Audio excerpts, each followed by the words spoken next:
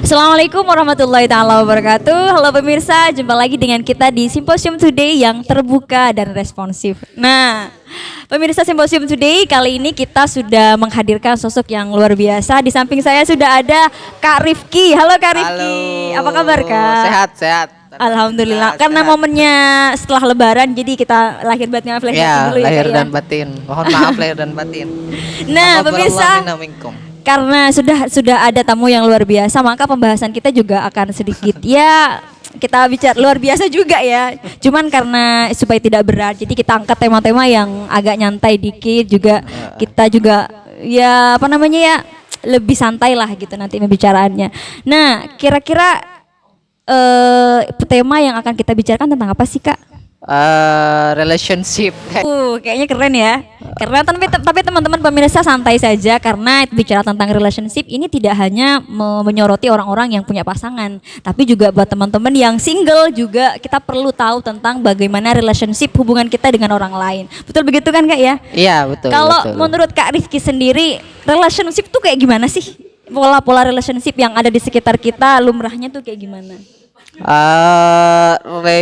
Relationship itu agak luas ya konsepnya. Masalahnya kita ngomong relationship tapi relationship ternyata bagi orang dengan orang lain. Tapi bagi saya nih, relationship itu kan relate. Cuman ada apa tambahan apa namanya itu? Relationship berarti ada ship-nya kan? Iya, ada ship-nya berarti hubungan yang ship ya. Enggak juga lah. Maksudnya enggak dari asal kata relate, jadi kita itu berhubungan relate dengan apapun, maksudnya bukan hanya dengan sama manusia, tapi juga kita relate dengan lingkungan, relate dengan apa ya makhluk hidup yang lain. Ya kalau dalam agama saya nih, Iya, agama saya sama dikira ada agama yang lain ya.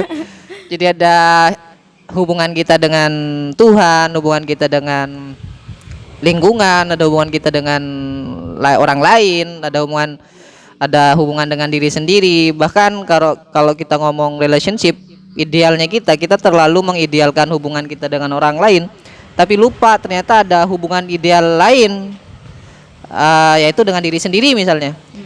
Kalau kita ngomong hubungan dengan orang lain, terlalu fokus sama itu, akhirnya sama sosial kita lalai. Misalnya kita gagal dengan sebuah hubungan pertemanan nih, kita fokus di situ punya masalah, akhirnya dengan teman yang lain kita justru kacau, dengan keluarga kita kacau, dengan yang lain kacau.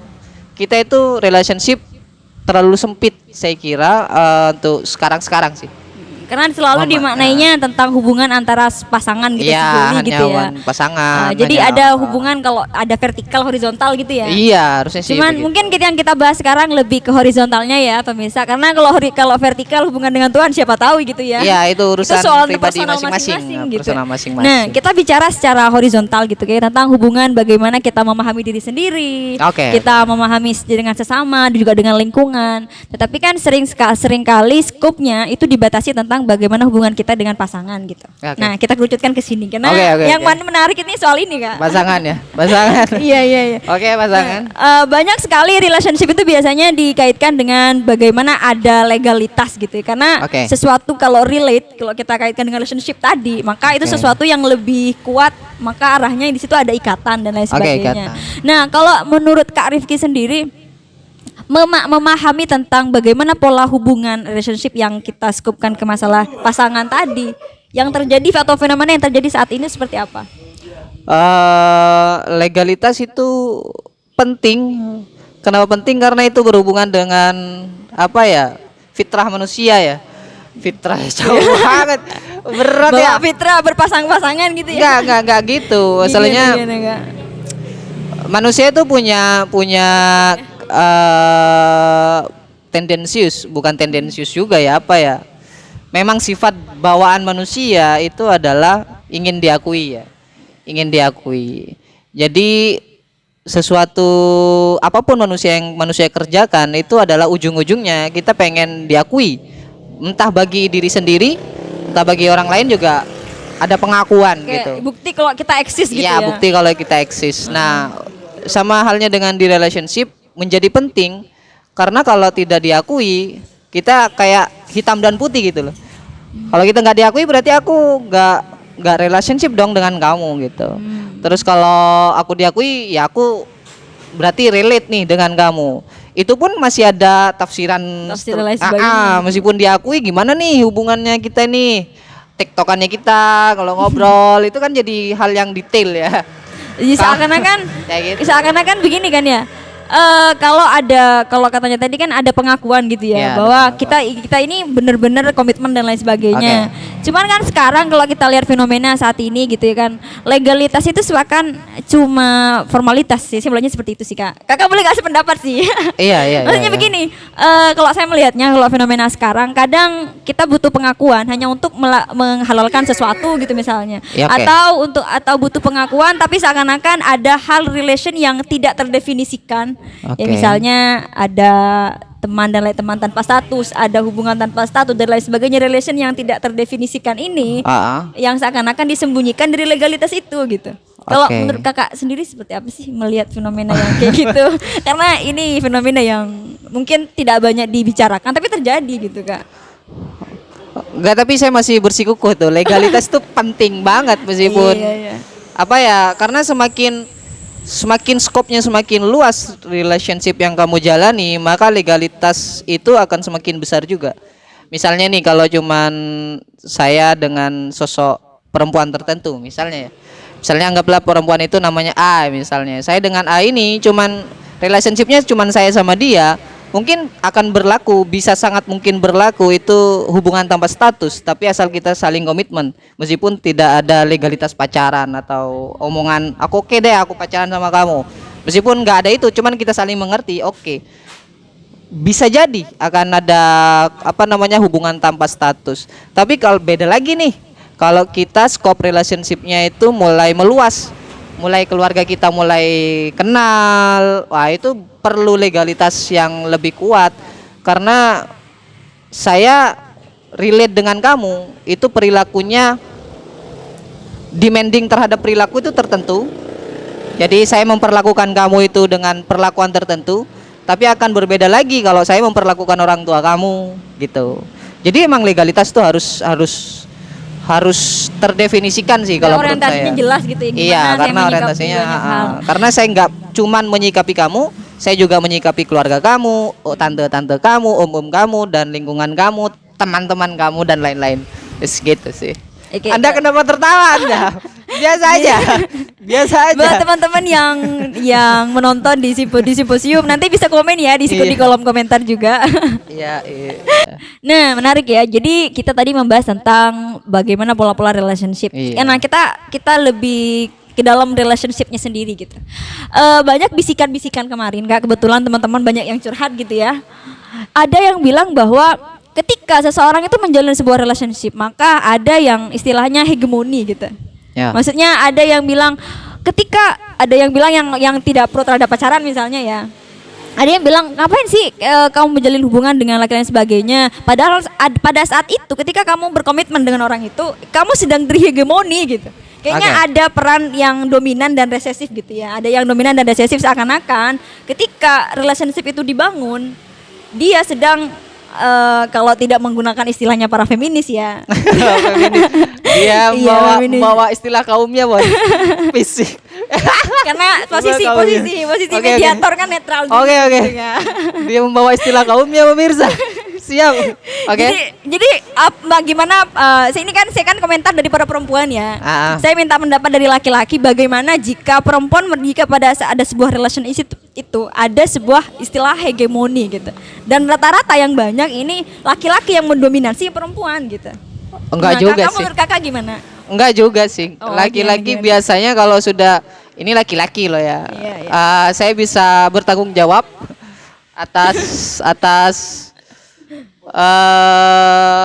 perasaan laki-laki.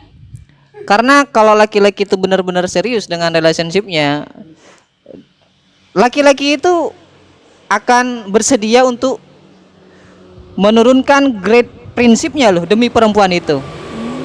Oh jadi ada Beneran. sisi berkorbannya juga gitu ya. Serius? Enggak beneran, saya sih ngomong serius. Ini juga buat para perempuan ya. Ya, Ini ya mungkin perempuan juga gitu karena soalnya memang kalau laki-laki itu bisa dites aja deh. Para perempuan nih bagi mbak-mbak ya, bagi mbak-mbak. Kalau Iya. pengen ngerti gimana laki-laki itu serius kepada diri kalian masing-masing nih yang perempuan-perempuan, coba tes dia punya prinsip apa.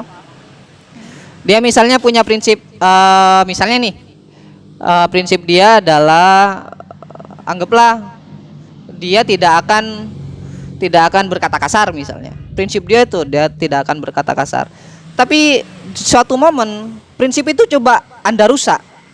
Dengan penyebabnya itu Anda.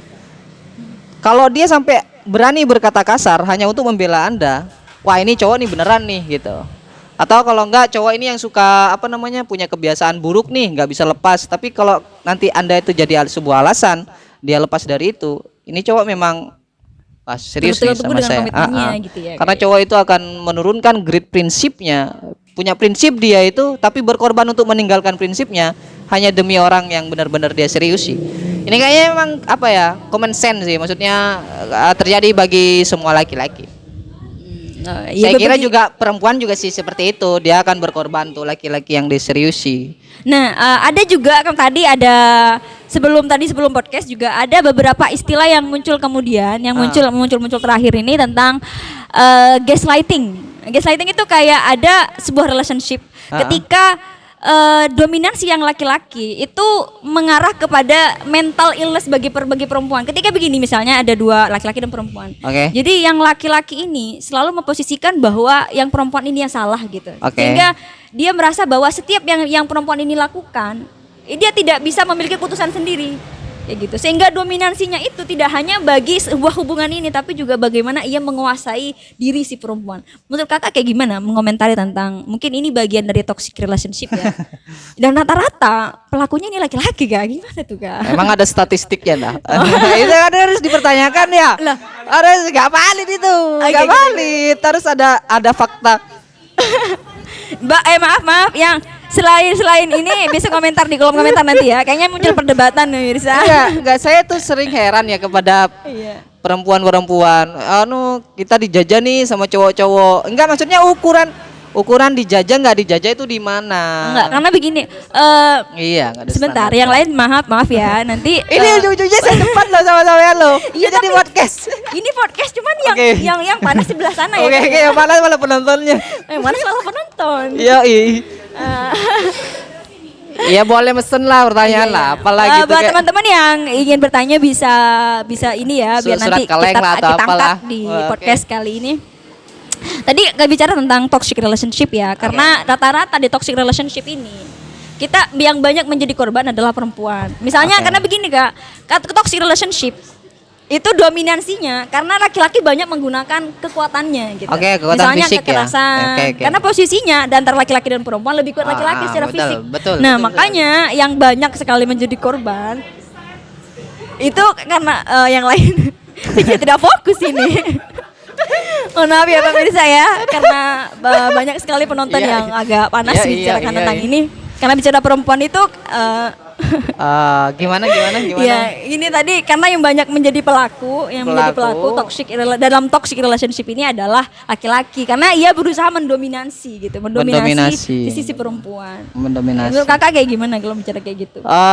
Menurut saya dominasi dalam hubungan itu dikuasai laki-laki. Saya kira memang logikanya sih wajar karena laki-laki kalau memang itu fakta terjadi ya, benar-benar terjadi dan memang didominasi laki-laki kebanyakan, itu adalah hal yang wajar karena itu tadi yang mbaknya bilang, laki-laki itu selain juga kuat secara mental, dia juga kuat secara fisik gitu kan. Sedangkan cewek kan bisa malah bangsat tuh kan ya. Ayo kita abaikan aja biar nanti Ini kata-kata kasar disensor gak sih? Udah disensor ini ya. Iyalah. Enggak, itu memang suatu alamiah lah, maksudnya. Iya sabar, mungkin Ya kita karena lebih kan fokus aja. kalian yang perempuan-perempuan kan merasa menjadi korban jadi tidak menerima itu. Cuman yang perlu kalau hubungan itu sudah mulai terjadi, Saya kira kedua belah pihak itu harus sama-sama mampu untuk membangun dialog. Kemampuan kita untuk berdialog. Maksudnya kemampuan berdialog itu kemampuan yang sangat luar biasa loh. Jadi membangun komunikasi gitu ya, Iya. seimbang. Maksudnya bukan hanya apa istilahnya ya? Membangun komunikasi yang bagus, bukan seperti itu. Targetnya itu bukan itu. Keberanian kita untuk mengajak pasangan kita berdialog. Kamu kenapa sih? Ayo kita duduk bareng. Itu yang penting, bukan komunikasi sih. Semua orang berkomunikasi ya. Semua orang berkomunikasi bahkan dengan pasangan kita. Ketika kita punya masalah dengan pasangan kita, tiba-tiba diem tuh. Misalnya nih, pasangan kita tiba-tiba diem. Lah, tiba-tiba kita sebagai pasangan cowok nih juga diem nih, ngebales nih. Nah, ketika sudah notok-notok, sudah puncaknya saling diem tuh, saling caci maki tuh. Nah, itu kan Memuncak sebenarnya gitu ya. komunikasi juga. Cuman komunikasi ideal, kemampuan kita untuk membangun komunikasi. Misalnya kamu kenapa sih kok diem? Nah, si cewek nih misalnya kadang-kadang biasanya ada alasan tertentu. Soalnya saya diem tuh bla bla bla bla, ngasih alasan. Udah cowoknya nanya nih, kamu kenapa sih kok diem misalnya? Terus si ceweknya juga jawab. Kan komunikasi itu. Tapi kemampuan membangun komunikasi itu bukan di situ, bukan. Nih, saya cowok nih, kamu kenapa sih kok diem? Si ceweknya ngomong, aku diem karena bla bla bla bla bla bla. Terus si cewek juga ngasih masukan, maksudnya ngasih dialog. Agar aku gak diem gimana ya enaknya ya? Kok aku nggak pernah cocok nih sama kamu, gimana yuk enaknya gitu. Jadi saling membangun komunikasi yang Lebih terbuka bagus, ya, masing-masing gitu ya. saling terbuka gitu. Atau kalau memang tidak siap untuk membahas itu di momen itu, ya ngomong aja. Ya udah deh, aku lagi capek nih ngomongin ini, mungkin kita butuh jeda dulu. Maksudnya bukan jeda berhubungan, enggak. Maksudnya kita jeda dulu untuk membahas ini. Kayaknya perlu seminggu lagi deh, kita bahas lagi deh, biar apalah gitu.